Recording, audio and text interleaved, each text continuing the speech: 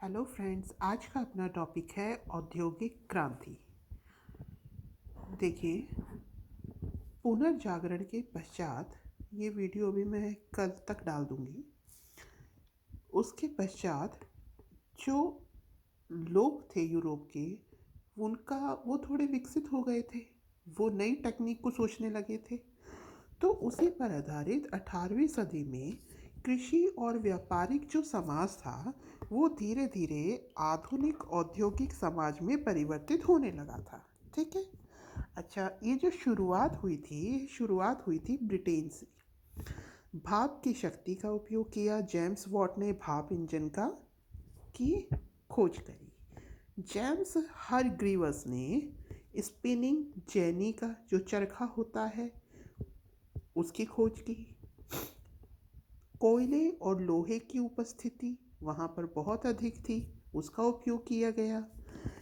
नहरों और सड़कों के निर्माण, रेल और जहाज का आगमन। जो नहर और सड़क थे उनके निर्माण होने लगे थे। रेल और जहाज का यूज़ होने लगा था, है ना। और खेती में जेथरो टूल, बीज रोपण ड्रिल, मतलब आप गहराई में एक प्रॉपर डिस्टेंस पर डायरेक्टली गहराई में बीज रोपण कर सकते थे। तो ऐसे यंत्रों का विकास होने लगा था। व्यापारिक प्रतिबंध, जो काफ़ी हार्ड रूल्स बना रखे थे व्यापार पर, वो धीरे धीरे हटाए जाने लगे थे। समुद्र से निकटता थी ही, ब्रिटेन की समुद्र के निकट था। तो इसलिए जो शुरुआत हुई, ठीक है, वो कहाँ से हुई? ब्रिटेन से। अब औद्योगिक क्रांति के दौरान हुए तो एक क्वेश्चन ये बन सकता है कि औद्योगिक क्रांति की जो शुरुआत हुई वो ब्रिटेन से ही क्यों हुई, बताइए। तो इसमें आप बता सकते हैं कि यहाँ पर जो भाप के मतलब जेम्स वॉट ने भाप इंजन का विकास किया। उसके अलावा यहाँ पर कोयले और लोहे की उपस्थिति थी, है ना। और नहरों और सड़कों का निर्माण किया जाने लगा। रेल और जहाज़ों का आगमन होने लगा। और जो खेती में इनका रोपण किया जाने लगा। और व्यापार पर जो प्रतिबंध थे वो हटा दिए जाने लगे। आपने देखा ही था, जो ईस्ट इंडिया कंपनी थी वो इजीली परमिशन लेकर के इंडिया और अमेरिका वगैरह व्यापार के लिए जाती थी। तो इन्होंने क्या किया, ब्रिटिशर्स ने जो व्यापार पर प्रतिबंध लगाया जाता था वो हटा दिया। और समुद्र से इनकी निकटता थी ही। अब हम देखते हैं कि औद्योगिक क्रांति के दौरान जो नवीन परिवर्तन हुए वो क्या थे। तो ये जो सब खोजें अभी हमने देखी थी, ये सब इसमें परिवर्तन में आ जाएंगी। अब कौन से इंजन का उपयोग किया जाने लगा था? भाप के इंजन का उपयोग। परिवहन और संचार के साधन क्या हो गए थे? ये विकसित हो गए थे। भाप इंजन, रेलवे पटरियां, नहर परिवहन और लोहे का जहाज बनने लगा था। ये चेंज आ चुके थे। और जैथरो टूल, बीज रोपण, कृषि क्षेत्र में, मतलब कि क्या हुआ, कृषि क्षेत्र में विकास हुआ। जो कृषि थी वो क्या हो गई, आसान हो गई। उसके अलावा स्पिनिंग जेनी, इससे क्या हुआ, इससे जो कपड़े का निर्माण था वो इजीली होने लगा। ठीक है। तो ये हुए क्रांति के प्रभाव। ये थे औद्योगिक क्रांति के दौरान नवीन परिवर्तन। अब हम देखते हैं कि क्रांति के प्रभाव क्या पड़े। देखिए, अब क्योंकि यह आधुनिक औद्योगिक समाज को विकसित कर रही थी औद्योगिक क्रांति, इसलिए अब इसके फलस्वरूप क्या हुआ, बड़े बड़े उद्योग लगने लगे। बड़े बड़े उद्योग लगने लगे तो क्या हुआ, शहरी समाज का जन्म होने लगा। लोग वहीं पे आसपास ही रहने लगे। वहीं पे ही जो और उनकी बेसिक नीड थी उनको फुलफिल करने के लिए चीज़ें स्थापित, स्कूल वगैरह स्थापित किए गए। लाभ हेतु मजदूरों का शोषण भी होने लगा। अब क्या था, अब लाभ चाहिए था उनको ज़्यादा से ज़्यादा। जो औद्योगिकरण करेंगे, जो मालिक होंगे, उन्हें मुनाफा चाहिए। तो वो ज़्यादा से ज़्यादा क्या करेंगे, मजदूरों का शोषण करेंगे। उत्पादन बढ़ाने से वस्तुओं की कीमतों में कमी आएगी। अब किसी चीज़ की अवेलेबिलिटी ज़्यादा होगी, ठीक है ना। अगर कोई चीज़ आधिक्य में होगी तो सीधी सी बात है उनकी कीमतों में क्या आएगी, कमी आएगी ही। ठीक है ना। तो लाभ हेतु मजदूरों का शोषण किया जाने लगा।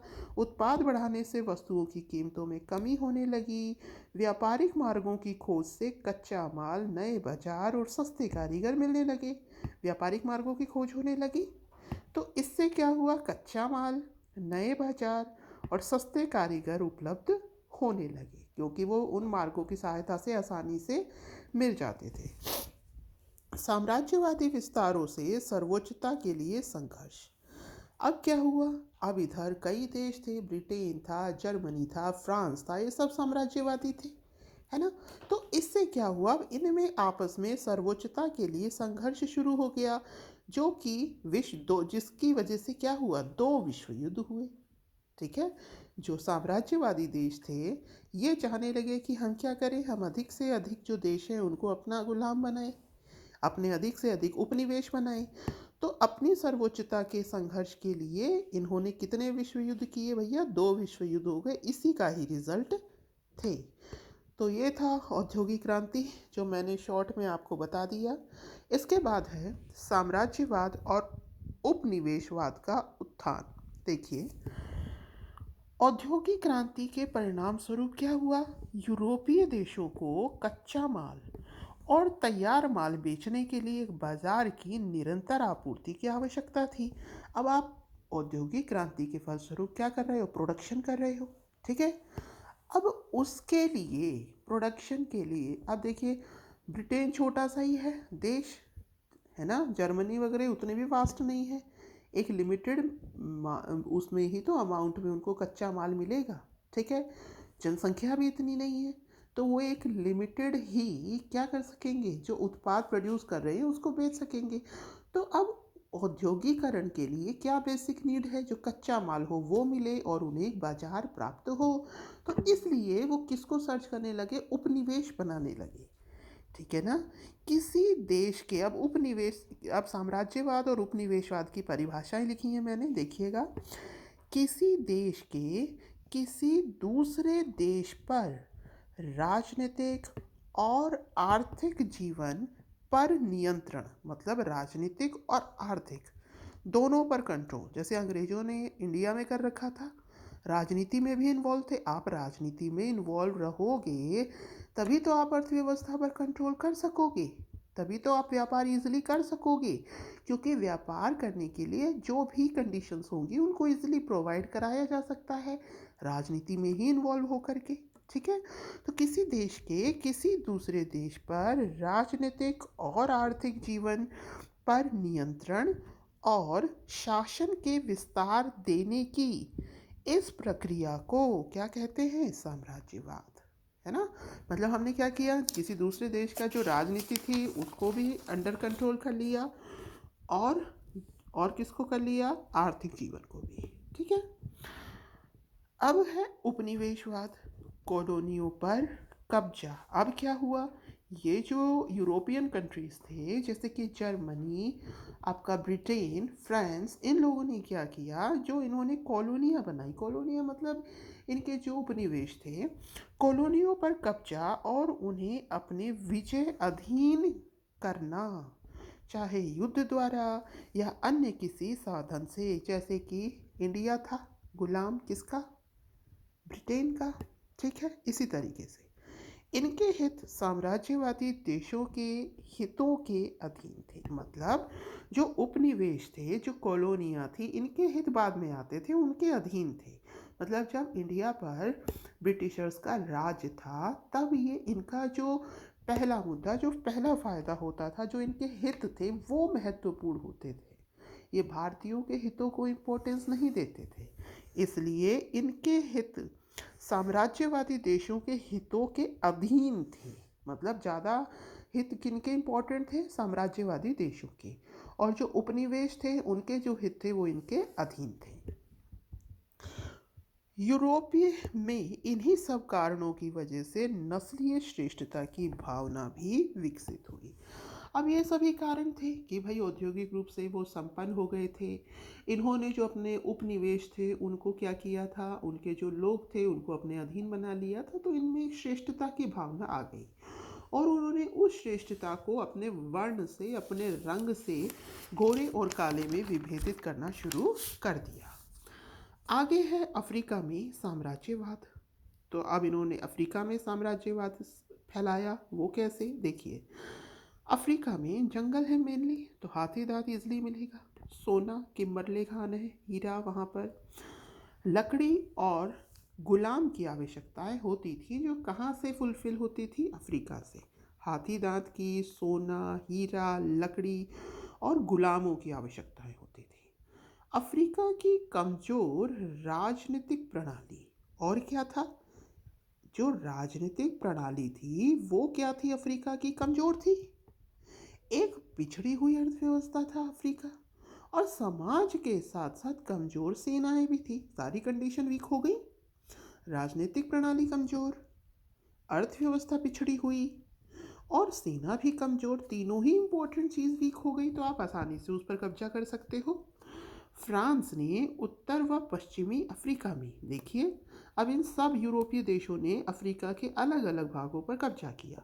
फ्रांस ने किया उत्तर पश्चिम अफ्रीका में, ब्रिटेन ने दक्षिण अफ्रीका में, और जर्मनी ने दक्षिण पश्चिम में। समझ में आ गया। तो अफ्रीका की राजनीतिक, अर्थव्यवस्था और जो सेना थी वो तीनों ही क्या थी, तीनों ही वीक थी। तो इजीली इनके ऊपर शासन किया जा सकता था। जो गुलामों की ज़रूरत थी अपने उद्योगीकरण के लिए, अपने बागानों के लिए, वो इनको यहाँ से आसानी से प्राप्त हो सकते थे। और इन्होंने जो सी रूट बना लिया था उससे आसानी से इनको जो यूरोपीय कंट्री थे वहाँ पर पहुँचाया जा सकता था। ठीक। अब चलते हैं एशिया में साम्राज्यवाद। तो एशिया में देखिए चीन की बात करते हैं। अब चीन क्या है, अभी भी आपने देखा होगा कि चीन जो है वो एक्सपोर्ट ज़्यादा करता है, इंपोर्ट थोड़ा कम ही करता है। ठीक है। अब तब भी क्या था, जो चीन था उससे यूरोप से जो इंपोर्ट होता था उसकी ज़रूरत ही नहीं पड़ती थी। उल्टा जो यूरोपियन कंट्रीज थे उनको चीन का जो प्रोडक्ट था उनकी ज़रूरत पड़ती थी। मतलब यूरोप से एक्सपोर्ट तो कम होता था चाइना को, और इंपोर्ट ज़्यादा होता था। ठीक है। पहले ये आए जैसे कि इंडिया के साथ था, इंडिया में आए तो व्यापार करने, लेकिन इन्होंने केवल इसको जो रॉ मटेरियल था उस लायक छोड़ दिया, पूरा यहाँ का व्यापार क्या कर दिया, खराब कर दिया।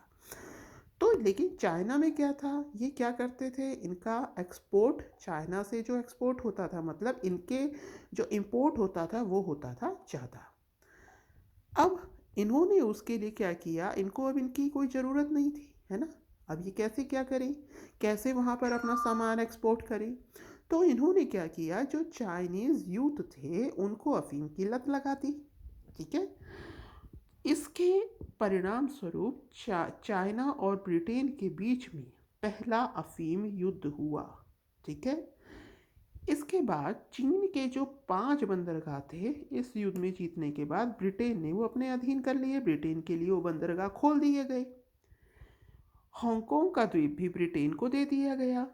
पहले अफीम के युद्ध के बाद चाइना के 5 बंदरगाह ब्रिटेन के लिए खोल दिए गए, हांगकांग का द्वीप ब्रिटेन को दे दिया गया। दूसरा अफीम युद्ध जब हुआ, ये किसके बीच हुआ, ये ब्रिटेन और फ्रांस दोनों के साथ हुआ था, चाइना का युद्ध। ठीक है। एक हुआ था बक्सर विद्रोह, चीन के शोषण के खिलाफ। ठीक है। तो ये हुआ था चाइना के साथ, जो ब्रिटेन थे वो इसे इस तरीके से अपने अधीन बनाया था, अफीम के युद्ध द्वारा, बक्सर के युद्ध द्वारा और अफीम की लत लगा करके। आगे है जापान। तो जापान में औद्योगिकरण की नीति पहले ही अपना ली थी। ये क्या करते थे, इन्होंने यूरोप और अमेरिका का दौरा किया था। ये जब जापानीज क्या करते थे, जो छात्र होते थे उनको यूरोपियन कंट्री में पढ़ने भेजते थे। इन लोगों ने दक्षिण के कोरिया, भारत, चीन, म्यांमार आदि को जीता था। ठीक है। इन पर कुल मिलाकर प्रभाव था यूरोपियन कंट्रीज का। दक्षिण और दक्षिण पूर्वी एशिया में साम्राज्यवाद, इसमें सब आ जाएंगे, Nepal, Burma, Sri Lanka, Bharat, China, Indonesia. अब नए साम्राज्यवाद के उदय के पूर्व भी यहाँ पर क्या था, पहले से ही गोरे थे। हम तो बात ब्रिटिशर्स की कर रहे हैं, लेकिन यहाँ तो पहले से भी थे। जैसे कि श्रीलंका में पहले कौन था, पुर्तगाली थे। वियतनाम में कौन थे, फ्रांसीसी थे। और इंडिया में भी पहले ब्रिटिशर्स नहीं थे, है ना। तो यहाँ पर पहले से ही दूसरे देश के लोगों का राज्य था। ठीक। फिर बाद में इनको ब्रिटिशर्स ने अपने कंट्रोल में एक एक कर कर लिया। अब देखते हैं कि साम्राज्यवाद का प्रभाव क्या हुआ। अब कोई भी चीज़ होगी उसका कुछ ना कुछ प्रभाव तो होगा, कुछ होगा सकारात्मक, कुछ होगा नकारात्मक। अब इसी के प्रभाव हम देखते हैं। सकारात्मक, रेल लाइन, नहरों का निर्माण, टेलीग्राफ, टेलीफोन, परिवहन, संचार आदि का विकास हुआ। ठीक है ना, इनको व्यापार करना था तो इन सब चीज़ों की इन्हें ज़रूरत थी व्यापार के लिए। तो इन्होंने तेज़ी से इन चीज़ों पर काम किया क्योंकि ये तो उपनिवेश थे।